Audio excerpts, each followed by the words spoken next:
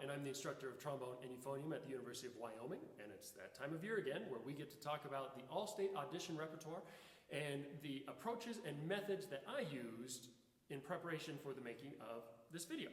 Now, if you've seen any of my videos in the past, you'll know that I equate a lot of what we do on the instrument much like driving a car, where this is going to be your powerful engine and our air is going to be our premium fuel that we move through the instrument. Now, this cannot do its job. This cannot do its job if the air is not doing what it needs to do. So a lot of what we're going to be talking about today is making sure that the air is specific and intentional. A great way to practice anything, including your All-State audition rep, is my three-step method of air, sync, play, where we establish our air away from the instrument. So for this etude, we're using what I call individual air bits, which means every single note gets its own brick of air. If I were to demonstrate this in slow motion, the first measure would be this.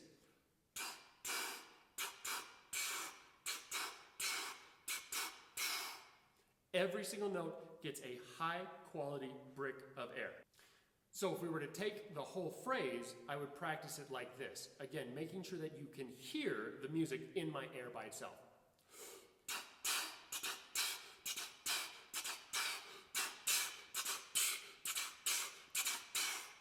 Once I feel solid and secure about the specificity and the intentionality of those individual air vents, I then bring the trombone to that air, meaning that the air is still the most important, but now I'm going to coordinate my slide motions with those movements and trying to get those two synchronized.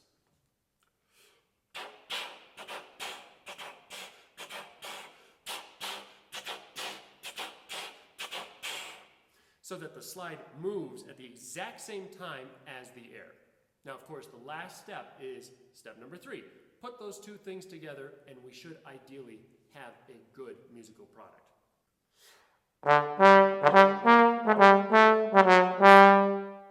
I encourage you to do this with the entire etude. It will serve you if you practice your air particularly by itself in isolation.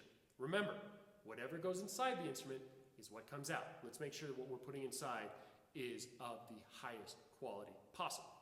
This will also help you later in the etude when we get that subito piano and we get this really hushed, sneaky section.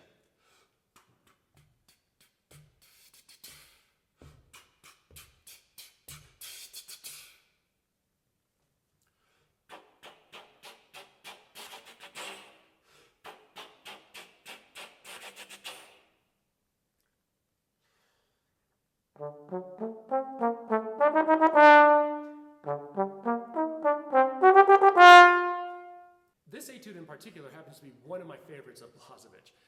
It's just such a fun, swashbuckling pirate song. And so I love that he writes in the very beginning, he says pesante, which means heavy. So how do we demonstrate heaviness in this music? I think it's by making sure that we put weight and even a quasi-accent on every single downbeat. Bum bum, ba-dum bum, ba-dum bum, ba-dum bum. And a good way to practice this is by taking out all those extra notes and just practice those downbeats, striving to make every single one of them sound exactly the same.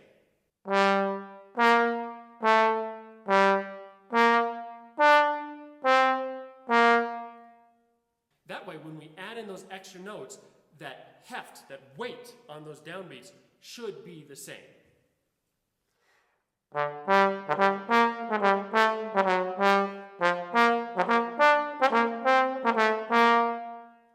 By separating those two parts, I've already alluded to a practice technique that I like to use a lot called puzzle piece practicing, which means that we break up the piece as necessary, zooming in and only focusing on a small chunk as necessary before we start to put everything back together. Now this fourth line in particular can be pretty tricky, especially if we just go from that line and keep practicing it and keep grinding and trying to get it over and over again. What if we zoomed in and we took just part of the measure and isolated it and practiced just that one until we felt really comfortable? And then we took this one and we practiced that until we got really comfortable before we started to connect all of these puzzle pieces.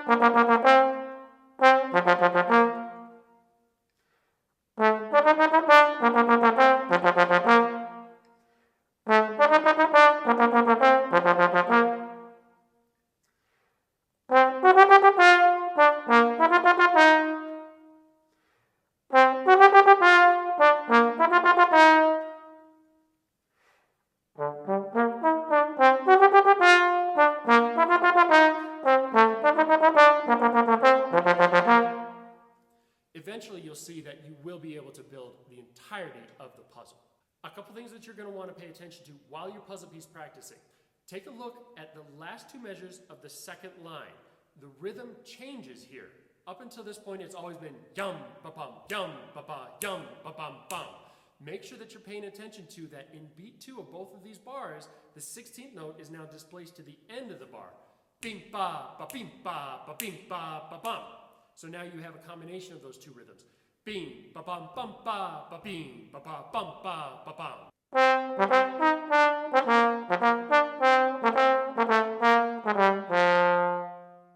If you have any questions at all about anything that we talked about today, please feel free to give me an email at dwatt, that's DWATT, the number 3, at uwyo.edu.